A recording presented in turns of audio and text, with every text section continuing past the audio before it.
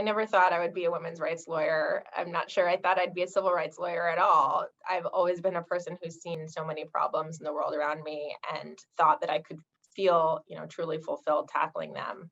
But it was really in my work with the ACLU's LGBTQ project that I began to see precisely how interconnected our movements are, not just, in the lived reality of people who are both women and LGBT like myself, but actually in the legal movements and in the doctrine.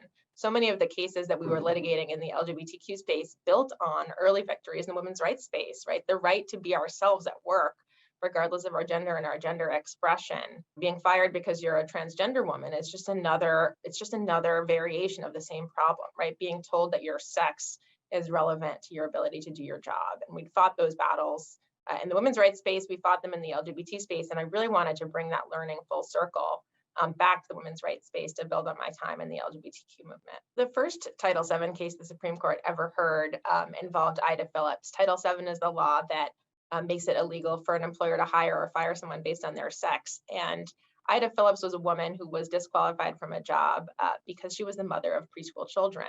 And the employer's response to that was essentially, well, it's not because she's a woman. We love women. In fact, the majority of our factory employees are women, right? It's the kind of woman, right? It's the fact that she has children at home. Though she was a white woman, she was represented by the NAACP Legal Defense Fund, my old shop, because the lawyers at LDF, I think, rightly recognize that if that were enough to take Ida Phillips outside of the protections from discrimination based on sex, right, any subterfuge would quickly be created and which would allow employers to evade the prescriptions on discrimination, not only based on sex, but on race and other characteristics that were covered in Title VII in 1964 as well.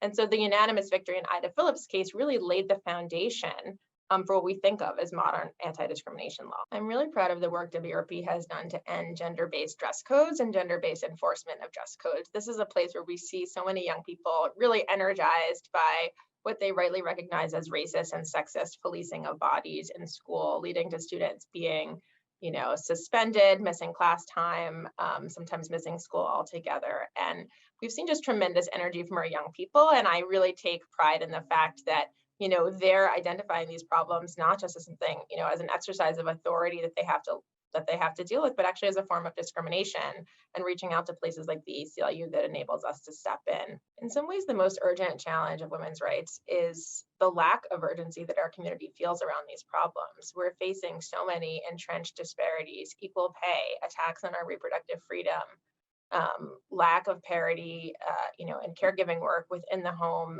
and underfunding women's work outside the home.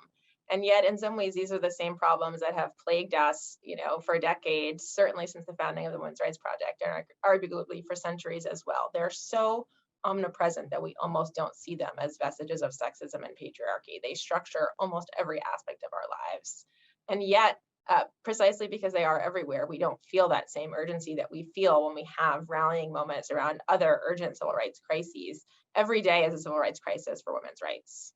When I think about a world without sexism, I think about, what would it feel like to wake up freed from that heavy weight that follows us around every day, freed from that cloud? What would it feel like to choose my clothing, based on the temperature that day and not on how people would look at me or fear of being attacked? What would it feel like, to be able to walk home alone at night in the dark?